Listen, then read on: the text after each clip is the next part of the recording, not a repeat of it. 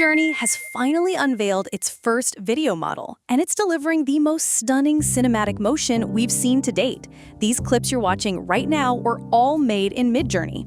All right, let's dive into how to use Midjourney's new AI video generation tool. Now, let's hop in.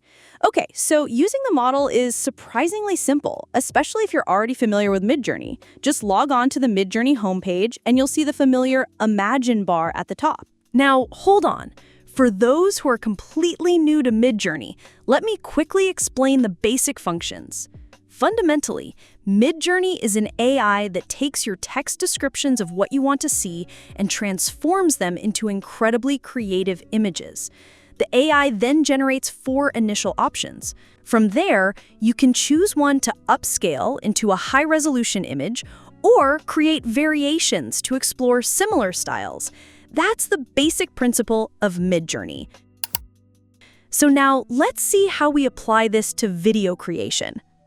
To create a video, you can type a prompt into the Imagine bar or head over to the Create page.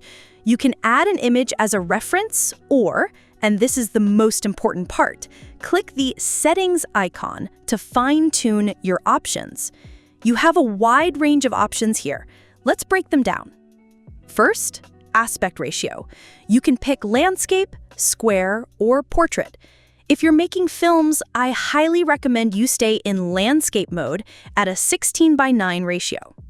Second, the model. You have standard or raw. I usually prefer the raw model to get the most detail out of my images.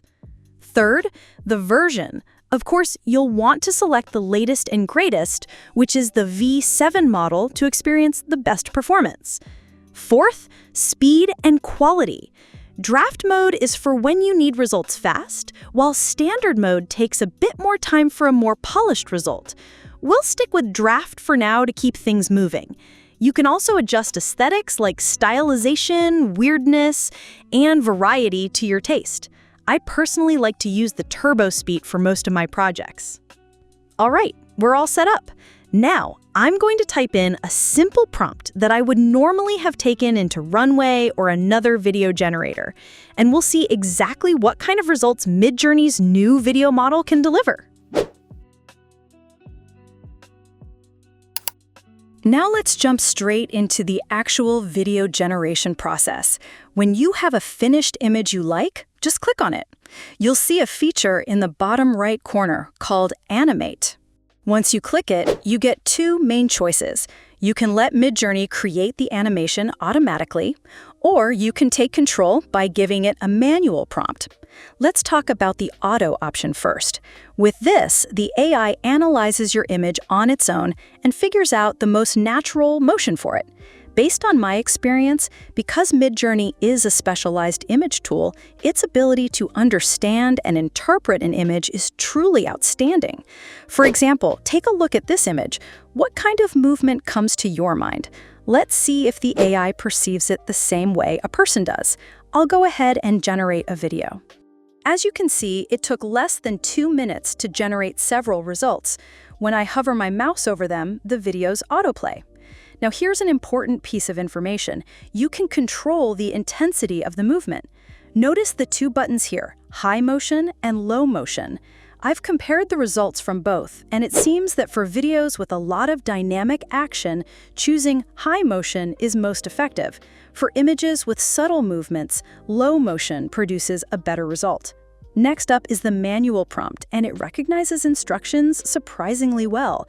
To use it, click on Animate, select the manual option, and then you can clear the existing prompt and type in your own. The more specific you are, describing the desired motion, facial expressions, mood, and even camera work, the more detailed and accurate your final video will be. And the part that I felt was a real game changer is the Extend feature, which lets you create a video up to 21 seconds long. I was surprised by how well the image style consistency was maintained. And the best part? You only need 1 initial image. For example, let's take this scene of a character listening to music. I want to create a sequence where the character looks up meaningfully at the ceiling, and then the scene transitions to show sand trickling from a corner of that ceiling. In the bottom right corner, you'll see the Extend Video option.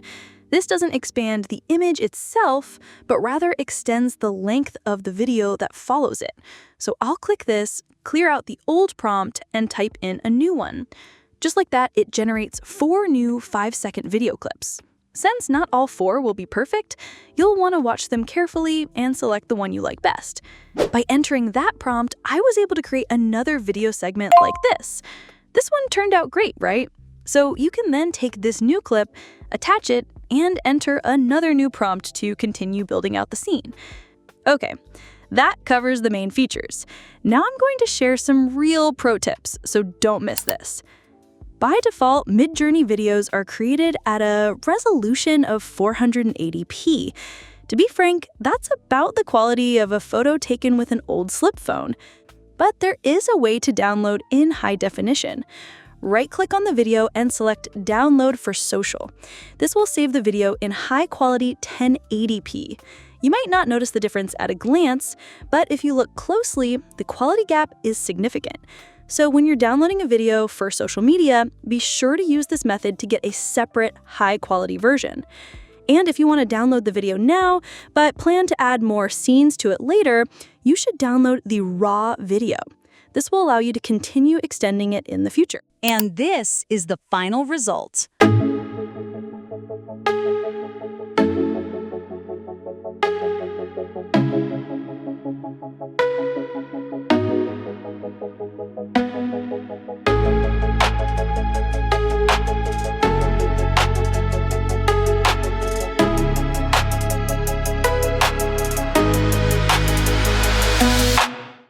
I hope this video helped you.